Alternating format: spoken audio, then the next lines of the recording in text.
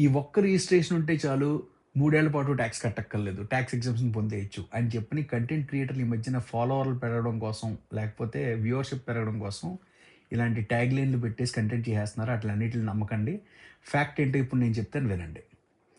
Startup India registration చేయించుకున్న మాత్రాన అంటే డీపీఐఐటీలో రిజిస్టర్ అయిన స్టార్టప్స్ ఏవైతే ఉంటాయో అది ఎల్ఎల్‌పి గానివ్వండి, కంపెనీ గానివ్వండి, అందులో రిజిస్ట్రేషన్ ప్రొసీజర్ సింపుల్ ప్రొసీజర్. అంత కష్టమైనదేం కాదు. మన ఇన్నోవేటివ్ థాట్ ఏదైతే ఉంటదో టెక్నాలజీని యూజ్ చేసుకొని అది అక్కడ సబ్మిట్ చేస్తే గనక వాళ్ళు ఒక మాక్సిమం ఒక 1 వీక్ టు 10 డేస్ టైమ్‌లో అప్రూవల్ చేసేస్తారు. అది కష్టం కాదసలు.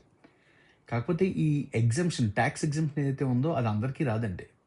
ఇలా రిజిస్ట్రేషన్ చేసుకున్న ప్రతి కంపెనీకి టాక్స్ ఎగ్జంప్షన్ ఇచ్చుకుంటా పోరు గవర్నమెంట్ వాళ్ళు. ఎప్పుడొస్తదంటే ఈ అప్లికేషన్ మన డీపీఐటీ సర్టిఫికేట్ వచ్చిన తర్వాత మనం సీబీడీటీకి అప్లికేషన్ పెట్టుకోవాలి. ఆ సీబీడీటీకి అప్లికేషన్ పెట్టుకుంటే అప్పుడు వాళ్ళు మన ప్రొఫైల్ రివ్యూ చేసి అంటే మన స్టార్టప్ ఐడియాని, కాన్సెప్ట్‌ని రివ్యూ చేసి నిజంగా మన బిజినెస్‌లో అంత సత్తా ఉంటే అప్పుడు మనకి ఎగ్జంప్షన్ సర్టిఫికేట్ అనేది ఇస్తారు. అది 3 ఏళ్ళు వాడుకోవచ్చు. ఎప్పటిలోపుగా ఈ డీపీఐటీ రిజిస్ట్రేషన్ ఎప్పుడైతే వచ్చిందో అప్పటినుంచి ఒక 10 ఏళ్ల లోపుగా ఒక 3 సంవత్సరాల్లో ఎప్పుడైతే మనకు ప్రాఫిట్ ఉంటుందో ఆ ప్రాఫిట్ వచ్చినప్పుడు ఈ పర్టిక్యులర్ సర్టిఫికేట్ ఎగ్జామ్షన్‌ని యూజ్ చేసుకొని ఆ 3 ఏళ్ళు టాక్స్ కట్టక్కర్లేదనమాట. This is the concept.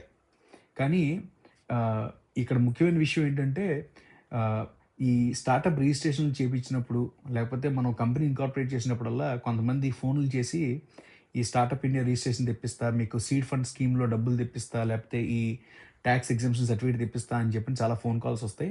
ఆటిలిటిని నమ్మకండి. అంత ఈజీగా గవర్నమెంట్ డబ్బులివ్వదు.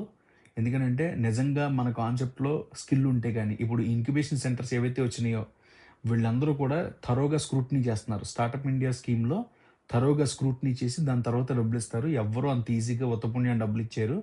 వీళ్ళేంటంటే ఈ ఫోన్ కాల్స్ చేసేవాళ్ళు, ఈ మధ్యవర్తులు ఎవరైతే ఉంటారో, వాళ్ళు వాళ్ళ పర్సనల్ బెనిఫిటింగ్ కోసం అంటే మనం వాళ్ళ సర్వీసెస్ తీసుకోవాలంటే సంవత్సరానికో లేకపోతే ఆ సర్వీసెస్ అన్నిటికి కలిపి ఒక బాల్ పాక్ నంబర్ కింద 30,000, 40,000 కట్టమని అడుగుతా ఉంటారనమాట.